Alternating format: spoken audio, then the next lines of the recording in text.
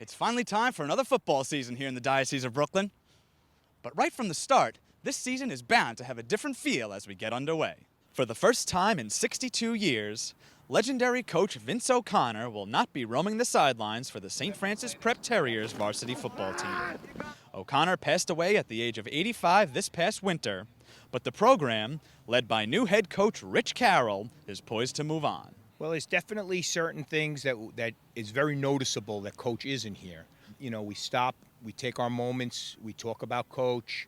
The first day we stopped, we said a prayer, and we all know he's here, and you feel his energy out here. Carroll served as the main assistant coach under O'Connor for the past 6 seasons, so the transition process has been a smooth one. We've been working hard, a lot of hours in the weight room, 8 months. We're going to try to dedicate this season to Coach O'Connor. Transition's been good, everything's flowing. I like the way the season's looking.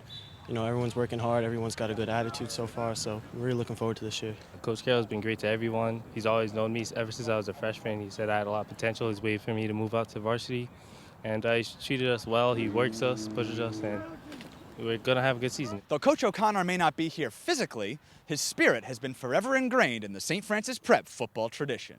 The accolades for O'Connor piled up over the years, but he'll always be remembered for the individual approach he took with every player in his program. Every time he would come down to practice, he would talk to every individual player. Everyone mattered to him.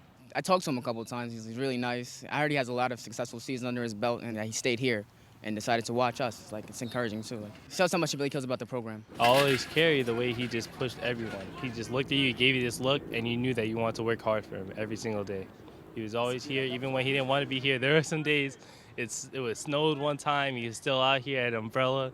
He just cheered you on. He looked at you. He gave you a little fist pump. Carroll, of course, has some pretty big shoes to fill, but he's eager to integrate his own coaching style with that of the late legend O'Connor.